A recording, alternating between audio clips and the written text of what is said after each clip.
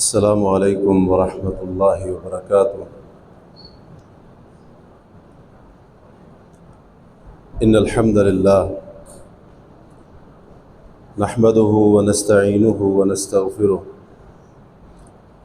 ونعوذ باللہ من شرور انفسنا ومن سیئات اعمالنا من يهده الله فلا مضل له ومن يضلل فلا هادي له اشهد ان لا الہ الا اللہ وحدہ لا شریک له واشهد ان محمدا عبدہ ورسولہ صلی اللہ علیہ وآلہ وصحبہ ومن سار علی نہجہ وسلم تسلیما کثیرا اما بعد۔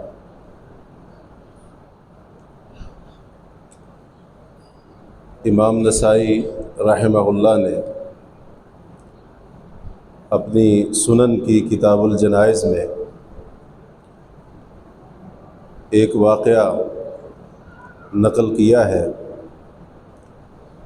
جس کا مفہوم اور خلاصہ یہ ہے کہ دیہات سے تعلق رکھنے والا ایک بندہ نبی کریم صلی اللہ علیہ وسلم کے پاس آتا ہے اور آپ پر ایمان لے آتا ہے اور آپ کی اتباع اور پیروی شروع کر دیتا ہے۔ نبی کریم صلی اللہ علیہ وسلم کے ساتھ چلنے کا عزم لے کر آپ کے ساتھ سفر میں روانہ ہوتا ہے۔ ایک جگہ پر مسلمانوں کو بطور مال غنیمت کچھ قیدی ملتے ہیں۔ نبی صلی اللہ علیہ وسلم نے باقی صحابہ کی طرح اپنے اس صحابہ کا بھی حصہ نکالا، مقرر کیا۔ اس بندے کی ڈیوٹی لگی ہوئی تھی صحابہ کرام رضی اللہ عنہم کے اونٹ چرانے پر اور اونٹوں کی دیکھ بھال پر۔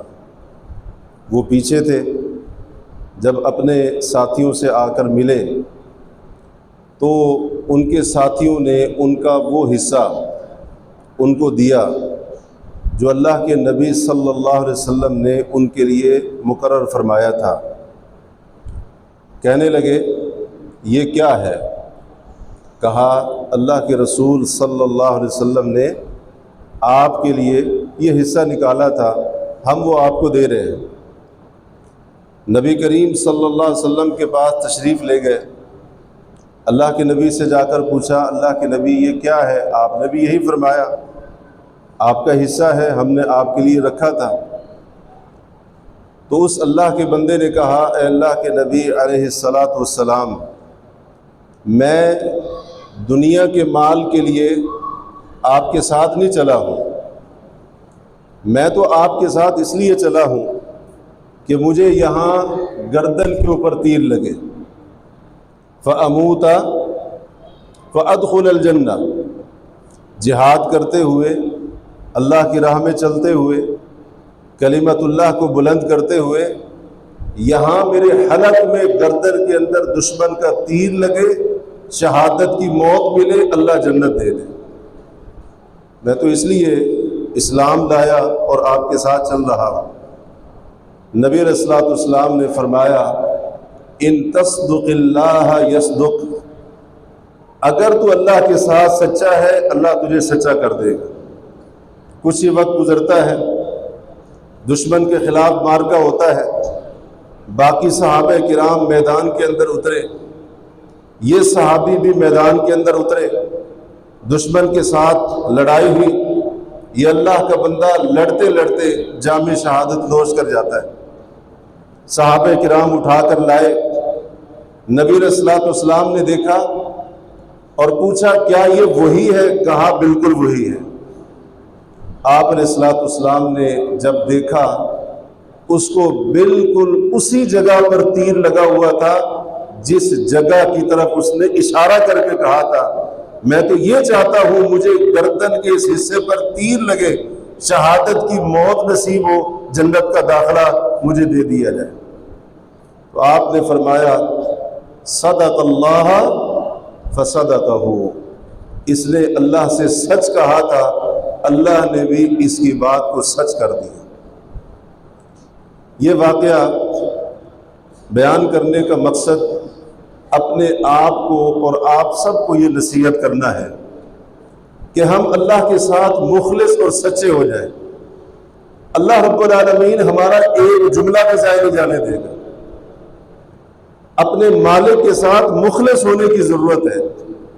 اللہ رب العالمین کی اس انداز سے نصرت اور مدد اترے گی کہ ہم اس کے بارے میں سوچ بھی نہیں سکتے ہیں۔ ہماری طرف سے کمی ہے، اللہ کے وعدے بھی سچے ہیں، رب کی مدد بھی اتر رہی ہے، اترنے والی ہے۔ اگر کہیں پر کمی نظر آتی ہے تو وہ ہمارے اخلاص کے اندر، مخلص ہونے کے اندر نظر آتی ہے۔ جو بندہ اللہ کے ساتھ سچا ہو جاتا ہے، اللہ کبھی اس کو ضائع نہیں کرتا ہے۔ سنن نسائی کے حوالے سے ایک اور حدیث سنا کر بات کو ختم کروں گا۔ نبی کریم صلی اللہ علیہ وسلم نے فرمایا، انما ینصر اللہ ہذہ الامہ بضعیفہا۔ اللہ تعالیٰ اس امت کے کمزوروں کی وجہ سے مدد کرتا ہے۔ کمزوروں کی 3 چیزوں کی وجہ سے، 3 اعمال کی وجہ سے، بدعائہا وصلاتہا واخلاصہا، یا آپ نے فرمایا بدعائہم وصلاتہم واخلاصہم۔ اس امت کے کمزور لوگ جب اللہ کے سامنے ہاتھ اٹھا کر دعا کرتے ہیں، اللہ کی مدد نازل ہوتی ہے۔ اللہ امت کے کمزوروں کی وجہ کی دعاؤں کی وجہ سے اس امت کی مدد کرتا ہے۔ اور یقیناً ہم بڑے کمزور لوگ ہیں۔ جب اللہ سے دعائیں کریں گے، رب کے سامنے جھولیاں پھیلائیں گے، اللہ ہماری جھولیوں کو بھرے گا، رب ہمارے اٹھے ہوئے ہاتھ خالی نہیں موڑے گا۔ اور دوسری چیز وصلاتہم، اس امت کے ناتواں کمزور مسلمان کلمہ گو جب رب کے لیے مخلص ہو کر نماز پڑھتے ہیں، اللہ کی مدد نازل ہوتی ہے۔ اور تیسری بات جس کے بارے میں ہم بات کر رہے ہیں وہ اخلاصہم، فرمائے اس امت کے کمزور لوگ جب اپنے ایک ایک عمل کے اندر، ایک ایک قول کے اندر، ایک ایک فعل کے اندر، علم و عمل کی بات ہو یا کردار کی بات ہو، ہر معاملے میں جب یہ مخلص ہو جاتے ہیں تو اخلاص کی برکت سے بھی اللہ تعالیٰ اس امت کی مدد کرتا ہے۔ تو ان 3 چیزوں کی طرف، ان 3 اعمال کی طرف توجہ دینے کی بہت زیادہ ضرورت ہے۔ دعائیں کرنے کی طرف، نماز اور خاص طور پر نفل نماز، اور ہر عمل کے اندر اخلاص، رب کے ساتھ مخلص ہو جانے اور اللہ کے ساتھ سچا ہو جانے کی بہت زیادہ ضرورت ہے۔ اللہ کی مدد بھی اترے گی، اللہ تعالیٰ کی رحمت بھی شامل حال ہوگی، اور اللہ رب العالمین اپنی خاص توفیق ہمیں ضرور عطا فرمائے گا۔ وما توفیقی الا باللہ، اقول قولی ھذا واستغفر اللہ لی ولکم۔